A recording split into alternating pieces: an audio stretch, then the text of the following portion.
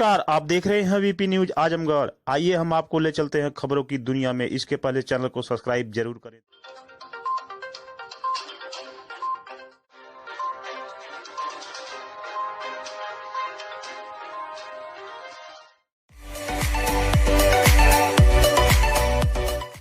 आजमगढ़ में समाजवादियों ने जुलूस निकालकर विरोध प्रदर्शन किया वर्तमान सरकार के खिलाफ। केंद्र व प्रदेश सपा के नेताओं ने कहा कि देश में आपातकाल लगने की वर्षगांठ पर सपा का मौन मार्च यह निकाला गया है।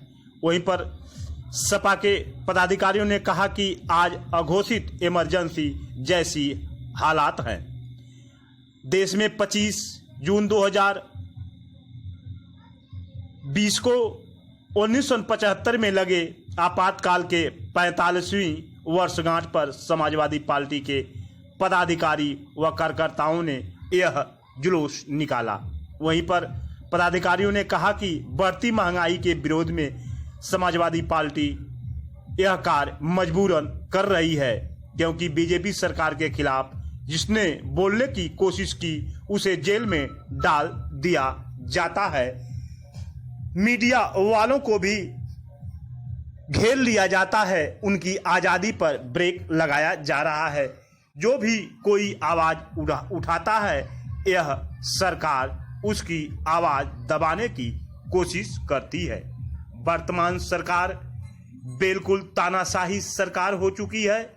गरीबों की हितैषी नहीं बल्कि उनकी दुश्मन बनी हुई है। बेतहाशा महंगाई बढ़ रही है। पूरे देश प्रदेश में महिलाएं सुरक्षित नहीं हैं। आए दिन लूट, हत्या, डकैती, छिनैती, बलात्कार जैसी घटनाएं घट रही हैं, लेकिन सरकार बिल्कुल चुप बनी बैठी है। आइए हम देखते हैं क्या कुछ कहते हैं जिला अध्यक्ष हवलदार यादव। बोलने की आज़ादी पे पाबंदी थी। जो लोग सरकार के विरोध में बात करते थे या कोई आंदोलन करते थे उनको जेलों में डाल दिया जाता था और उस पर जनता पे तमाम जुर्म उठाए जा रहे थे। किसी की हिम्मत नहीं पड़ती थी कि सरकार के विरोध में बोले। एक बार एक एक्का वाला कप्तानगंज से तहबरपुर जा रहा था, सवारी उसमें बैठी थी, तो एक्के वाले से लोगों ने कहा जल्दी थोड़ा तेज भगाओ। दूसरे ने कहा कि का इंदिरा गांधी बहन हुआ और उसके आधार पर उसको जेल में डाल दिया गया था। आज भी परिस्थितियां उससे भी ज़्यादा भयंकर है। आज अघोषित आपातकाल भारतीय जनता पार्टी ने पूरे देश और प्रदेश में लगा रखा है। बोलने की आज़ादी पे पाबंदी है। जिन लोगों ने, तमाम लेखक, साहित्यकार और तमाम लोग जिन लोगों ने सरकार पे कमेंट किया या व्यवस्था पे कमेंट किया, उन लोगों को जेलों में डाला गया। तमाम ऐसी घटनाएं हुई। बम्बई में तमाम 4-5 लेखकों को नौलखा और एक हमारी लेखिका थी, हार्वर्ड यूनिवर्सिटी की पढ़ी हुई और वहाँ लेक्चरर थी और ये भी काम कर रही थी, वकालत भी की डिग्री थी, वकालत भी कर रही थी, वह सुधा भारद्वाज, जो छत्तीसगढ़ में गरीबों की आवाज़ को बुलंद कर रही थी, उनको बता रही थी। उसको भी जेल में डाल दिया गया। आजमगढ़ में ही तमाम लड़कों को, जिन लोगों ने सरकार से असहमति की बात किया, उनको जेलों में डाल दिया गया। तो यह सरकार आम आदमी की जो व्यक्तिगत आज़ादी है, अभिव्यक्ति की स्वतंत्रता है, उसको खत्म कर देना चाहती है। यह हर मोर्चे पर विफल हो चुकी है। हमारी चाहे आर्थिक नीति है, चाहे वह इन्होंने रुपए का वो मामला था, क्या उसको कहा गया, जो बदलने का काम किया, नोटबंदी, जीएसटी, और इसके बाद कोरोना जिस तरह से इन्होंने लागू किया, तमाम लोग परेशान हुए। आज स्थिति यह है कि आम आदमी दाने दाने को मोहताज है, खाने को मोहताज है। आज तमाम लोग धर्म के नाम पर, माइनॉरिटी को, गरीबों के नाम पर, दलित के नाम पर दलितों को, पिछड़ों को और जो गरीब वर्ग हैं दूसरे वर्गों में भी उनको परेशान किया जा रहा है। केवल सुनी किसकी जा रही है, वो भारतीय जनता पार्टी के नेता कार्यकर्ता जो कह रहे हैं उसी अनुसार थानों पर रिपोर्ट दर्ज हो रही है। आज किसी की सुनवाई नहीं।